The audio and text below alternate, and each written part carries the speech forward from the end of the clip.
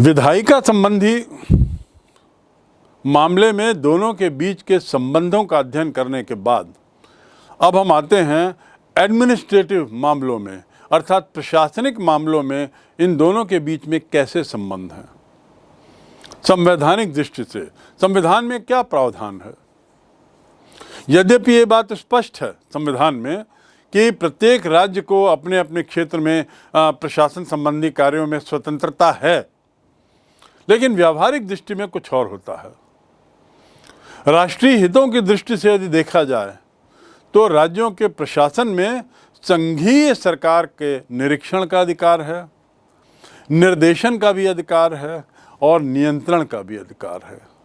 अर्थात देखा जाए तो कुल मिलाकर स्वतंत्रता तो है, लेकिन यदि केंद्र चाहे तो मामलों में निरीक्षण कर सकता है, निर्देशन भी दे सकता है और नियंत्रण भी कर सकता है।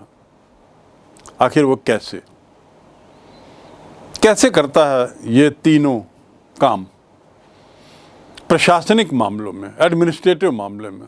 पहला, राज्यपाल के माध्यम से। राज्यपाल की नियुक्ति राष्ट्रपति द्वारा। राष्ट्रपति स्वयं तो नियुक्त करते नहीं, उन्हें जो अस्थायी राज्यपालिका है, कार्यपालिका अर्थात मंत्रिमंडल, केंद्रीय मंत्रिमंडल, वह उन्हें एक तरीके से परामर्श देता है किसी को नियुक्त करने का, जिसे नियुक्त करने के लिए विवश हैं। तो ये इस बात का स्पष्ट उदाहरण है कि प्रत्येक राज्य में प्रशासनिक प्रधान जो राज्यपाल होता है उसकी नियुक्ति राष्ट्रपति द्वारा की जाती है और ये अपने कार्यों के लिए राष्ट्रपति के प्रति उत्तरदायी होता है राज्यपाल, और किसी के प्रति नहीं। तो राष्ट्रपति के प्रति उत्तरदायी होना ही इस बात को साबित करता है कि प्रशासनिक मामले में केंद्र की दखल है। इस प्रकार वह राष्ट्रपति के प्रतिनिधि के रूप में कार्य करता रहता है। तो पहली बात तो स्पष्ट राज्यपाल की उपस्थिति। दूसरा, राज्यपाल की उपस्थिति के अलावा अखिल भारतीय सेवाओं की व्यवस्था। मैंने पूर्व में जिक्र किया कि पूरे देश में अखिल भारतीय सेवाओं के लिए एक संस्था है। पिछले अध्यायों में भी मैंने इसका जिक्र किया है, जो जिस संस्था का नाम है यूनियन पब्लिक सर्विस कमीशन, संघ लोक सेवा आयोग। ये 29 तरह की अखिल भारतीय सेवाओं के लिए परीक्षा लेता है और इसके अलावा कुछ अन्य परीक्षाएं भी। इन परीक्षाओं में Indian administrative service, Indian police service, Indian foreign service, Indian forest service, Indian revenue service, Indian railway service, Indian fire service और ऐसे 29 तरह की सर्विसेज हैं। इसके अलावा और भी बहुत से ऐसे एग्जामिनेशन हैं जो वह कंडक्ट करता है और ये सब परीक्षाएं जो हैं वो अखिल भारतीय स्तर पर हैं और इसकी जो नियुक्तियां हैं वह भी अखिल भारतीय स्तर पर हैं। अर्थात इनकी नियुक्तियां केंद्र के द्वारा की जाती हैं। केंद्र इनकी नियुक्ति कहाँ करता है? राज्यों में करता है। राज्यों को कलेक्टर्स की ज़रूरत है, जिला चलाने के लिए जिलाधीशों की ज़रूरत है। इन जिलाधीशों के नाम केंद्र भेजता है, यूपीएससी के माध्यम से राज्य के पास आते हैं और राज्य बाध्य है उन नामों को ही अपने राज्य में नियुक्त करने का। तो इस प्रकार भारतीय संविधान की जो व्यवस्था है उसके अंतर्गत संघ और राज्य दोनों के उच्च अधिकारी राज्य के अखिल भारतीय सेवा के सदस्य होते हैं और इन सेवाओं के अधिकारियों पर संघ का नियंत्रण रहता है, राज्य का नहीं। यदि राज्य को किसी तरह की आपत्ति है इनमें से किसी अधिकारी पर तो वह स्वयं कार्रवाई करने के लिए सक्षम नहीं है, उसे केंद्र को तत्संबंधी सूचना देनी होगी। इन अधिकारियों को पूरे भारत में कहीं भी स्थानांतरित किया जा सकता है और जैसा मैंने बताया कि केंद्र हर राज्य को सूची भेजता है जो अधिकारी इनके मातहत यहाँ काम करेंगे, लेकिन ज़रूरत पड़ने पर इन अधिकारियों को केंद्र बुला सकता है। अपनी सेवाओं में ले सकता है, इनके कैडर को बदल सकता है, आदि आदि। निष्कर्ष ये कि अखिल भारतीय सेवाओं की व्यवस्था इस बात को साबित करता है कि प्रशासनिक मामले में दोनों के संबंध कैसे हों। तीसरा मुद्दा, राज्य सरकारों को निर्देश देने का अधिकार भी जरूरत पड़ने पर, जैसा मैंने बताया, नियंत्रण, निर्देश और उसके अलावा निरीक्षण। लेकिन निर्देश एक अलग बिंदु भी है। डायरेक्टिव, आदेश, एक तरीके से दिशा देना। तो राज्य सरकारों को निर्देश देने का जो अधिकार है केंद्र का, वह अनुच्छेद 246 के तहत है, जिसमें कहा गया है कि प्रत्येक राज्य को कार्यपालिका की शक्ति का प्रयोग इस प्रकार करना होगा कि संसद द्वारा कानूनों का पालन सुनिश्चित हो। शब्द रचना देखिए, राज्य की कार्यपालिका संसद द्वारा पारित कानूनों को लागू करने के लिए बाध्य है तथा संघ की कार्यपालिका की शक्ति का विस्तार किसी राज्य को ऐसे निर्देश देने तक होगा जो उस प्रयोजन के लिए भारत सरकार को आवश्यक दिखाई दे। अर्थात केंद्र सरकार, केंद्र की कार्यपालिका राज्य कार्यपालिका को निर्देश देने के लिए स्वतंत्र है, बशर्ते वह इसे आवश्यक समझे, लेकिन स्वतंत्र तो है। इस प्रकार भारतीय संघ में संघीय सरकार को राज्य सरकारों को जरूरत पड़ने पर हिदायत देने, निर्देश देने का अधिकार है। प्रशासनिक संबंध में अगला बिंदु जो है वह है चौथा, और चौथे बिंदु का संबंध है राज्य सरकारों को संघीय कार्य सौंपना। अर्थात इसके मायने क्या हुए, राज्य सरकारों को संघीय कार्य सौंपने के अर्थ क्या हुए। राष्ट्रपति राज्य के कर्मचारियों या सरकारों को कोई भी कार्य करने का आदेश दे सकता है और इन आदेशों का पालन करना कर्तव्य है राज्य सरकारों का या राज्य के कर्मचारियों का। आपने यदि पूर्व के अध्यायों का अध्ययन किया है तो उसमें आपने समझा है कि जो चुनाव होते हैं, ऐसे चुनाव जो चुनाव आयोग द्वारा संचालित होते हैं, तो चुनाव आयोग राज्य के कर्मचारियों और अधिकारियों को अपने मातहत लेने का एक तरीके से परामर्श दे सकता है और राज्य के लिए बाध्य है कि इन चुनावों को संपन्न कराने के लिए वह कर्मचारी। इसके अलावा अन्य स्थितियों में भी राज्य के लिए आवश्यक है कि मांगे जाने पर राज्य के कर्मचारियों की सेवाएं या राज्य के अधिकारियों की सेवाएं, सरकारों की सेवाएं केंद्र में स्थानांतरित हो जाएं। और यदि ऐसा नहीं करेंगे तो क्या होगा? ऐसा नहीं करने पर राष्ट्रपति उसे उस राज्य में संविधान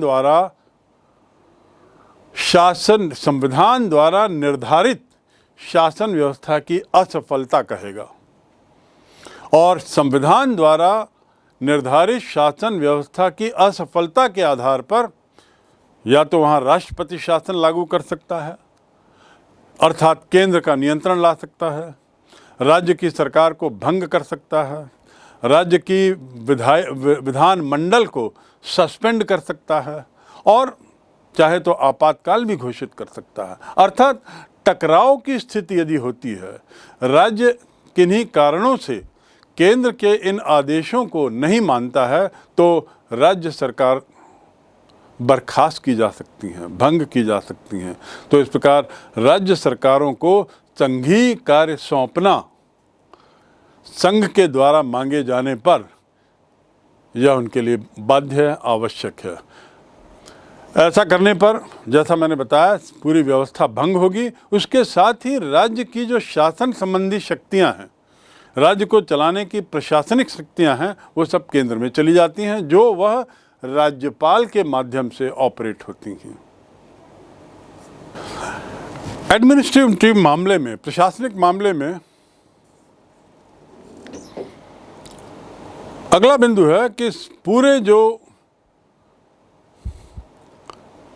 संघ का क्षेत्र है उसमें जो राज्य हैं उन इकाइयों को वो आपातकाल के नाम से या राष्ट्रपति शासन के नाम से या किसी अन्य मुद्दों पर के आधार पर उन पर संवैधानिक तरीके से कार्रवाई कर सकता है। संचार साधनों की रक्षा के मामले में भी केंद्र ज़्यादा हावी है। वह कैसे? संचार साधनों की रक्षा। संचार के साधनों की रक्षा का दायित्व केंद्र सरकार का है। संघीय सरकार राज्यों के अंतर्गत आने वाले हवाई अड्डे, रेल, डाक तार और अन्य जो ऐसे राष्ट्रीय महत्व के जो आवागमन और संचार के साधन हैं उनकी रक्षा के लिए राज्य सरकारों को आवश्यक निर्देश देती है और दे सकती है। क्योंकि केंद्र सरकार ने जहां ये हवाई अड्डे, रेलवे की व्यवस्था और डाक तार की व्यवस्था, कम्युनिकेशन आदि की व्यवस्था की है जो उसका दायित्व होता है, तो आखिर राज्य के लोग सुनिश्चित करना होगा कि ये दायित्व ये जो क्षेत्र जो हवाई अड्डे आदि बने हैं उन पर वह समुचित रूप से सुरक्षा की व्यवस्था करे। समय समय पर केंद्र के आदेश इन मामलों में आते रहते हैं जो राज्य के लिए बाध्य हैं। इनका पालन करना राज्य के लिए बाध्य है। राज्य सरकार के लिए जरूरी है कि हवाई अड्डों के मामले में जो भी निर्देश आए, रेलवे स्टेशन या रेलवे के मामलों में जो निर्देश आए उसका वह पूर्ण रूपेण पालन करे। ऐसी कुछ राष्ट्रीय महत्व के जो आवागमन के मार्ग हैं, चाहे वे हाईवेज हों या किसी अन्य तरह के सामरिक दृष्टि से महत्वपूर्ण हों, वहाँ पर भी केंद्र के निर्देशों का पालन करना राज्य के लिए अनिवार्य है। और इनके परिपालन में जो अतिरिक्त व्यय होगा वो संघीय सरकार राज्य को देता है, क्योंकि अन्यथा राज्य सरकार बारंबार यह कह सकती है कि आपके इन निर्देशों के परिणाम स्वरूप हमारा व्यय बहुत हो रहा है, या राज्य सरकार ये भी कह सकती है कि इन चीज़ों के रख रखाव में के लिए जो आवश्यक धन है वह हमारे पास नहीं है। तो ऐसी स्थिति में केंद्र सरकार ऐसी स्थिति न आए, इसके लिए ये प्रावधान है हमारे संविधान में कि इन सब के रख रखाव के लिए केंद्र सरकार जो है, संघ की सरकार जो है, वह राज्य को पर्याप्त धन मुहैया कराती है। अतिरिक्त व्यय के संबंध में पर्याप्त पैसा मुहैया कराना। संचार साधनों की रक्षा एक बहुत महत्वपूर्ण मुद्दा है। यदि हम अपने छत्तीसगढ़ की ओर जाएं, बस्तर जैसे क्षेत्रों में जाएं, जहां पर कुछ अवांछनीय गतिविधियां कुछ आतंकवादी तत्वों द्वारा की जाती हैं, मार्ग काट दिए जाते हैं और उन मार्गों को बनाने के लिए जो संसाधन लगते हैं, जेसीबी और भारी वाहनों के रूप में उन संसाधनों को जला दिया जाता है, तो ऐसी स्थिति में राज्य सरकार अपने को कई बार पंगु पाती है और कहीं उस क्षेत्र का विकास बाधित ना हो। सड़कें यदि काट दी गई हैं किसी कारण से, तो आवागमन बाधित ना हो, ये सुनिश्चित करने के लिए ये प्रावधान किया गया है कि इन चीज़ों पर होने वाला समस्त व्यय केंद्र सरकार वहन करे और वो राज्य सरकारों के माध्यम से सब खर्च हों। इसके साथ ही संचार साधनों की रक्षा के बाद अगला है अंतर्राष्ट्रीय परिषद का निर्माण। लोकहित को दृष्टि में रखते हुए विभिन्न राज्यों के जो आपसी विवाद हैं, उन विवादों का निपटारा करने के लिए जांच करने के लिए, परामर्श देने के लिए राष्ट्रपति ने एक इंटर स्टेट काउंसिल की स्थापना करने का प्रावधान रखा है। कई बार ऐसे मुद्दे आते हैं जो राष्ट्रीय स्तर के होते हैं, विभिन्न राज्यों का अलग अलग स्टैंड होता है, उस पर एक मत होना जरूरी है या उस पर सर्वसम्मत से कुछ निर्णय होना जरूरी है, कुछ निष्कर्ष निकलना उस मामलों के लिए में आवश्यक हो जाता है। तो ऐसी स्थिति में राष्ट्रपति अंतर्राज्यीय परिषद का निर्माण करता है और इसमें संबंधित राज्यों के, बल्कि सभी राज्यों के मुख्यमंत्री और संबंधित विभागों के मंत्री रहते हैं। 1990 में अंतर्राष्ट्रीय परिषद की स्थापना 1990 में अंतर्राज्यीय परिषद की स्थापना पहली बार की गई थी। अंतर्राज्यीय विवादों की बात करें तो कुछ विवाद जो ज़्यादा चर्चित रहे राज्यों के आपसी विवादों के रूप में। राज्य और केंद्र के बीच में तो विवाद के बहुत से मुद्दे थे, जिसमें राज्यपाल को लेकर काफ़ी बहस हुई, लेकिन राज्यों के बीच में जो विवाद के मुद्दे थे उसमें एक था सीमा विवाद, जिसमें पड़ोसी राज्यों के भूभाग पर दूसरा राज्य अपना दावा करता था। दूसरा, भाषाई आधार पर राज्यों के गठन को लेकर बड़ा विवाद हुआ कि भाषा के आधार पे वह हिस्सा हमारे राज्य में आना चाहिए, ये हिस्सा दूसरे राज्य में जाना चाहिए, आदि आदि। लेकिन सीमावर्ती क्षेत्रों की समस्या क्या होती है? ऐसे क्षेत्र जो 2-3 राज्यों की सीमाओं से मिले हुए हैं, वहाँ की पॉपुलेशन भी मिक्स्ड रहती है। वहाँ पे सीमांत की सभी भाषाएं बोली जाती हैं, एक से अधिक भाषाएं प्रचलन में रहती हैं। तो ऐसी स्थिति में जो लाइन खींची गई, सीमाएं बनाई गई, उसको लेकर बारंबार विवाद होता था। उदाहरण के तौर पर महाराष्ट्र और कर्नाटक, इसकी सीमा बहुत लंबी कॉमन है। इसमें बेलगाम को लेकर विवाद हुआ, बेलगाम किस राज्य में रहे। मणिपुर और नागालैंड के बीच में लेकर सीमा के मामले में विवाद हुआ, मणिपुर और नागालैंड के बीच में। पंजाब और हरियाणा के बीच में तो विवाद काफ़ी लंबा चला सीमा को लेकर, क्योंकि पंजाब और हरियाणा में दोनों में जाटों की संख्या काफ़ी है और ये जाट बहुलता को लेकर, सीमा को लेकर काफ़ी विवाद चला। तो एक मुद्दा था सीमा विवाद। अंतर्राज्यीय परिषद के संबंध में हमारे और आपके लिए जो एक अहम मुद्दा है वह है शिक्षा। पूर्व में जो शिक्षा जो विषय था, जैसा मैंने बताया, उसको लेकर काफ़ी विवाद हुआ। वह केंद्र सूची में भी रहा, फिर राज्य सूची में आया और वर्तमान में अब समवर्ती सूची में है।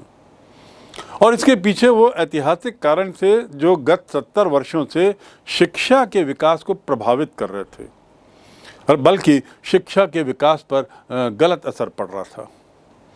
साथ ही ये भी देखा गया कि अलग अलग राज्यों का जो सिलेबस है, स्कूली शिक्षा से लेकर कॉलेज की शिक्षा तक का, वह अलग अलग है।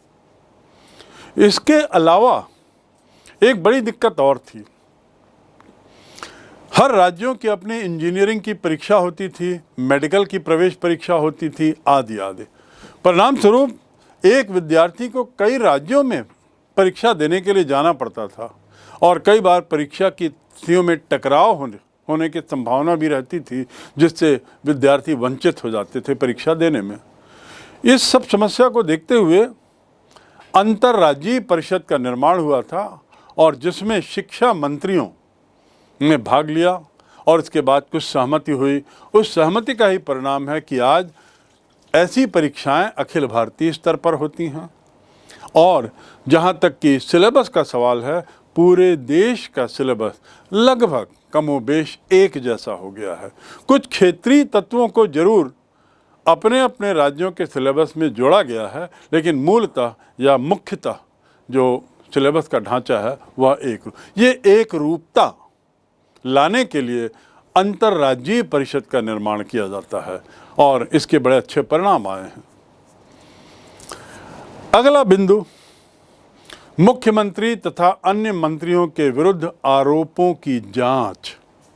ये प्रशासनिक संबंध में आता है।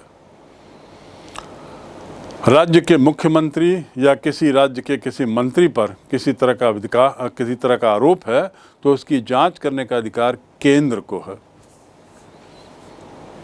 और ऐसी स्थिति में इनको अपने पद से हटने के लिए भी बाध्य किया जा सकता है केंद्र सरकार द्वारा।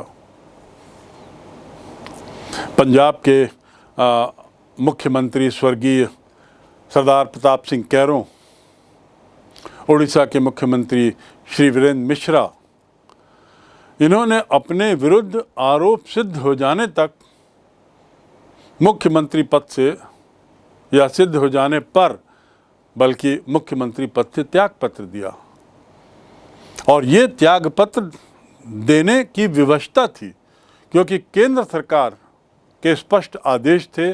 संवैधानिक रूप से ये प्रावधान किया गया है कि ऐसी स्थिति में केंद्र सरकार राज्य सरकार के मंत्रियों पर, मुख्यमंत्री पर समुचित कार्रवाई करे। ऐसे कुछ और भी उदाहरण भारत में कुछ अन्य राज्यों से भी हैं। ये मात्र 2 उदाहरण आपके सामने दिए गए। ये भी इस बात को साबित करता है कि प्रशासनिक संबंधों में किस तरीके से कोऑर्डिनेशन, समन्वय बैठाने का संवैधानिक प्रावधान किया गया है। अगला बिंदु है सहायता व अनुदानों की व्यवस्था। जैसा मैंने पूर्व में बताया, संचार माध्यमों की चर्चा करते हुए कि केंद्र सरकार अतिरिक्त व्यय वहन करती है और वह राज्य सरकार को यह खर्च उपलब्ध कराती है, वह रकम उपलब्ध कराती है। इसी तरह बहुत से ऐसे मामले हैं जहां पर केंद्र सरकार राज्यों को अनुदान देती है, राज्यों को सहायता भी देती है। कल्पना करिए किसी राज्य में बाढ़ आ जाए, भीषण बाढ़ या भीषण अकाल या भूकंप या कुछ और ऐसी परिस्थितियां हो जाएं जो लगभग आपातकालीन हो जाती हैं और ऐसी स्थिति में यदि केंद्र सरकार अपने हाथ में यहाँ का शासन ले ले तो समस्याएं बढ़ सकती हैं। राज्य सरकार को बनाए रखते हुए इन आपदाओं में राज्य सरकार का रहना सामान्यतया जरूरी इसलिए है कि राज्य सरकार क्षेत्रीय विषमताओं से, क्षेत्रीय स्थितियों से ज़्यादा वाकिफ होती है और इसलिए मात्र सहायता और अनुदान लेकर इन प्राकृतिक आपदाओं से, इन दिक्कतों से मुक्ति पाई जा सकती है। संघात्मक शासन वाले देशों में ये भी व्यवस्था है कि करों से प्राप्त धनराशि का कुछ भाग राज्य सरकारों को दिया जाए। राज्य सरकारों की आय का एक मुख्य स्रोत ही है केंद्र से करों की कुछ राशि मिलना, परंतु ये राशि जो होती है कई बार कम होती है और ये राशि जो होती है वो अपने वार्षिक बजट के अनुसार इसका प्रावधान किया जाता है। लेकिन विषम स्थितियों में क्या होगा? सामान्य स्थितियों में तो इस पैसे से अपनी आवश्यकताएं पूरी हो गई, पर अन्य स्थितियों में सरकार बड़ी दिक्कत महसूस करती है और इसीलिए संघीय सरकार प्रति वर्ष राज्य सरकारों को जरूरत पड़ने पर सहायता देती है और वैसे अनुदान के रूप में धनराशि प्रदान करती है। अनुदान देते समय संघीय सरकारें जो हैं वो राज्यों पर कुछ शर्त लागू कर देती हैं। उदाहरण के लिए यदि राज्य सरकार, छत्तीसगढ़ की सरकार छत्तीसगढ़ राज्य में सभी शहरों में ड्रेनेज की व्यवस्था कर रही है, नालियों की पर्याप्त व्यवस्था करने का उसका प्रावधान प्रस्ताव है, तो केंद्र सरकार उसके लिए आवश्यक धन मुहैया करा देगी अनुदान के रूप में, लेकिन कुछ शर्तों के साथ। इस प्रकार वह राज्यों के ऊपर अपना प्रभावशाली नियंत्रण बनाए रख सकती है और स्थापित करती है। उन शर्तों में जैसे यह बात हो सकती है कि यह पैसा केवल इसी मद में खर्च किया जाएगा जिसके लिए यह पैसा लिया जा रहा है। साथ ही साथ उसमें यह भी प्रावधान केंद्र रख सकता है कि हर 1 माह में या हर 15 दिनों में इसकी रिपोर्ट, प्रगति की रिपोर्ट केंद्र सरकार को जाती रहे, तब जाकर अगली रकम उसे मुहैया कराई जाएगी, आदि आदि। ये तरीका है नियंत्रित करने का राज्य सरकार को, उसके व्यय को, सहायता और अनुदानों के समुचित खर्च को नियंत्रित करने का ये बहुत अच्छा तरीका। इसके बाद अगला बिंदु है राज्यों में राष्ट्रपति शासन लागू होना। अनुच्छेद 356, भारत में इसका उपयोग बहुत हुआ। कई बार तो ऐसा लगा कि इसका दुरुपयोग हो रहा है, क्योंकि अनुच्छेद 356 में प्रावधान है कि किसी राज्य में संवैधानिक व्यवस्था भंग होने पर राज्यपाल के प्रतिवेदन के आधार पर राष्ट्रपति वहां स्वविवेक से राष्ट्रपति शासन लागू कर सकता है। शब्दावली देखेंगे, स्वविवेक से वह लागू कर सकता है राष्ट्रपति शासन, और उसके लिए जरूरी क्या है कि राज्यपाल उसे एक रिपोर्ट भेजे, राज्यपाल उसे एक प्रतिवेदन दे जिसमें वह यह साबित करने की कोशिश करे कि इस राज्य की संवैधानिक व्यवस्था चरमरा गई है। ये संवैधानिक व्यवस्था के चरमराने की स्थिति पर लोगों में बड़ा अलग अलग विचार है। कई बार ऐसा देखा गया है कि कुछ न होते हुए भी केंद्र सरकार ने कई बार संवैधानिक व्यवस्था के नाम पर राज्य सरकारों को भंग किया और राष्ट्रपति शासन लागू किया। राज्य में संवैधानिक व्यवस्था भंग हुई या नहीं, इसको लेकर बहुत बार विवाद हुआ है। इस संबंध में निर्णय लेने का लेकिन अधिकार राष्ट्रपति का है अंतिम, और दूसरे शब्दों में संघीय सरकार को है। तो अंतिम निर्णय संघीय सरकार का संवैधानिक व्यवस्था को लेकर है। ये भी एक प्रशासनिक संबंधों के मातहत आने वाला विषय है।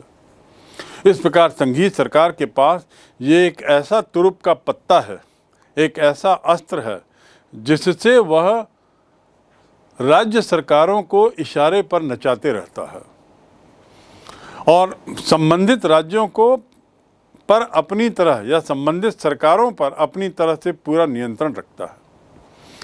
हाँ, इतना स्पष्ट है, यदि राज्य सरकार की दलीय स्थिति वहाँ के विधानमंडल में बहुत मजबूत है, अर्थात बहुत अच्छा बहुमत मिला हो, तो ऐसी स्थिति में केंद्र सरकार राष्ट्रपति शासन लागू कराने के प्रावधान से दूर रहती है। पर यदि अंतर कम है, बहुमत नहीं है, या बहुमत से बहुत कम ज़्यादा सीट उसको मिली हो, तो केंद्र सरकार ने इसका कई बार दुरुपयोग भी किया है, ऐसा हम बारंबार पढ़ते हैं। लेकिन याद रखें कि राष्ट्रपति शासन लगाने का प्रावधान धारा 356 के तहत है। यह अनुच्छेद आपको याद रखना होगा। 10वां प्रशासनिक संबंधी मामला वह है अंतर्राज्यीय नदियों पर नियंत्रण। इसका उदाहरण मैं पूर्व में दे चुका हूं।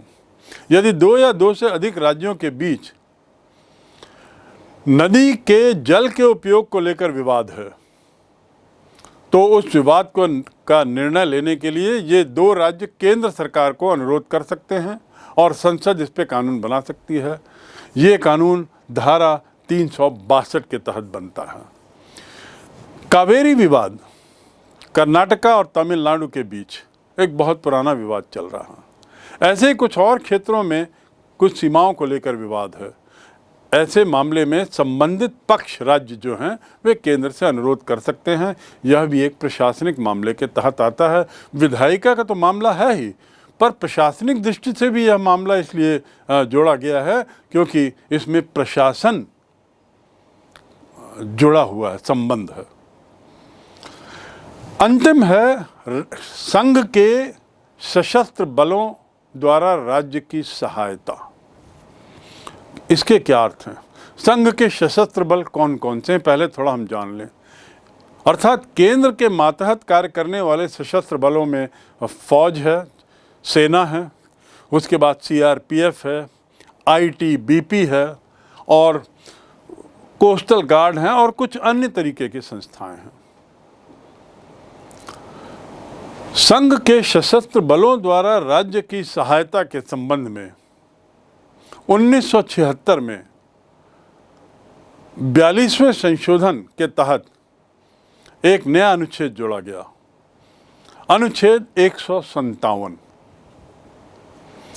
इस अनुच्छेद 157 के तहत केंद्र सरकार को, जिसे हम संघीय सरकार कहते हैं, उसे यह अधिकार प्राप्त है कि वह किसी भी राज्य में कानून और व्यवस्था की गंभीर स्थिति का सामना करने के लिए वहां सशस्त्र बल या अन्य बल भेज सकती है।